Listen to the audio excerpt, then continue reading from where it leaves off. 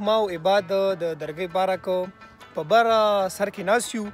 خو زموږ چې څومره هم کتونکي دي او لیدونکي دي هغوی دلته کې راتګ کوي نو یو مهرباني وکوئ چې ځان سره به خوراک د کورونو نه راخلئ یا به د بازار نه راخلئ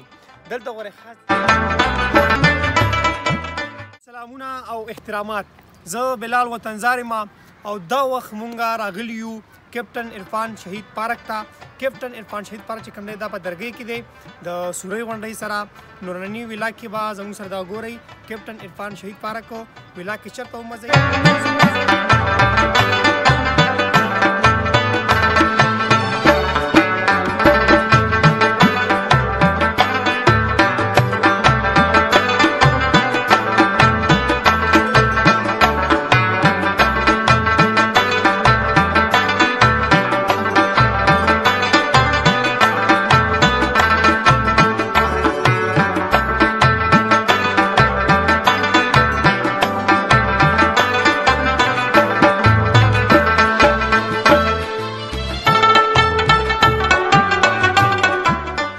قدرمنو دا وخت ما او عباد د درګۍ بارک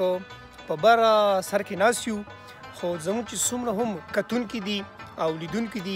هغوی دلته کې راتګ کوي نو یو مهرباني وکوئ چې ځان سره به خوراک د کورونو نه راخلئ یا به د بازار نه راخلئ دلته غورې خاص څیز نه میلاویږي موږ چې کوم راغستي دي دا هم معدې ته نقصاندېخ دي خو به هر حال چکر ته راغلي یو د خوراک څه نه ما عباد ته وویل چې یار څه ناڅه خو به خوړل غواړي ځکه چې معده خالي ده که څنګه عباده